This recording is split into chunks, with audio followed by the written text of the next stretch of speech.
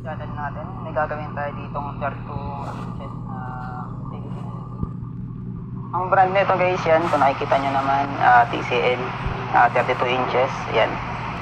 So ang problema na ito, yung LCD nya guys, papakita ko sa inyo kung ano yung problema. So yan, naka-standby na yan, kulay white. Tapos power on natin, yung button nito guys na power on, andito sa ilalim. So yan, nawala na yung ilaw. So yan guys yung problema nya, yung sa LCD. Basag na, ayan.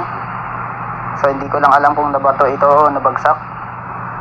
Ito guys ay 32 inches na Smart TV, ano? Pakita ko yung model. Ayan. Baliktarin lang muna natin. Okay. Inches na Smart TV, ano?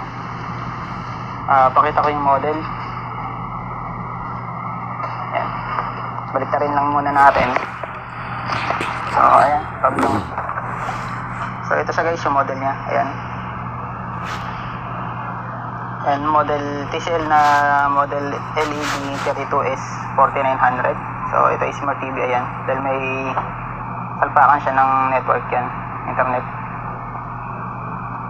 So ang problema nito guys, dahil basag ang LCD panel nito, ayan. Ito guys, automatic to. Papalitan talaga to guys pag ganyang basag na, para mapanooran na maayos. Ang gagawin natin, may isa pang TV dito, yan. Yan. 32 inches din na Smart TV. Yan, Samsung brand naman to. Ayan. Yan ang ipapalit natin. Ito guys, galing to sa kaibigan ko din. Yan, binenta na rin sa akin. Para hindi ko pa nababayaran. Ang problema naman nito, good naman yung LCD panel nito. Ang problema niyan, yung mainboard. Yan.